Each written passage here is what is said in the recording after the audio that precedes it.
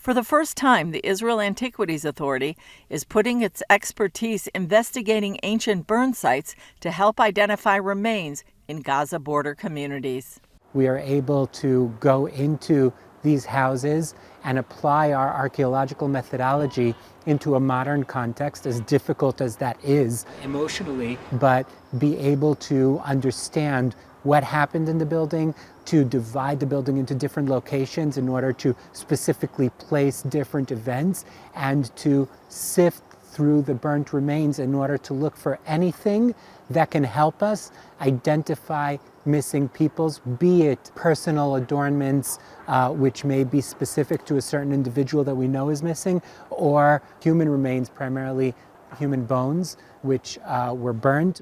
As head of the authority's Dead Sea Scrolls unit, Dr. Joe Uziel normally works in ancient biblical texts. As we are familiar with this through our excavation contexts, which we deal with destructions from hundreds and thousands of years ago, we can apply them to the current situation and be able to identify remains of humans. For more than 2 weeks, Uziel has joined 15 archaeologists combing and sifting ashes at the communities of Kibbutz Be'eri, Kfar Aza, and Nir Oz.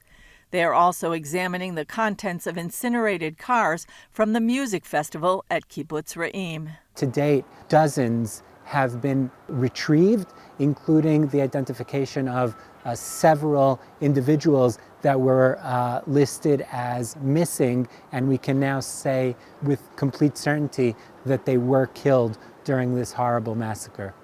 Remains are turned over to the rabbinical unit for DNA identification. Archaeologists began their assignment by looking for evidence of missing people known to be in their homes when Hamas attacked. Later, their mandate broadened to examining all burned houses and cars. And that is what we deal with on a day-to-day basis, is dealing with past events, not modern events. But the transition is one that I think was, I don't want to say natural, but made a lot of sense, because again, we're just about the only profession that can get down to this finite definition and help the forces that are working in order to identify these missing people. Uziel says while the task is difficult, the archaeologists are thankful that they can help in this special way. For me personally, there's a lot of mixed feelings. On the one hand, the things that you see there are unfathomable. You really can't understand. I mean, you see it on TV and photos and videos. It's not the same when you're there and you see the level of atrocities that were committed there. It's really difficult to take in. But on the other hand, to be able to contribute something to help these people, these families that have gone through such horror is in a way uplifting. Uziel says they'll continue with this task for as long as it takes. Julie Stahl, CBN News, the IAA headquarters, Jerusalem.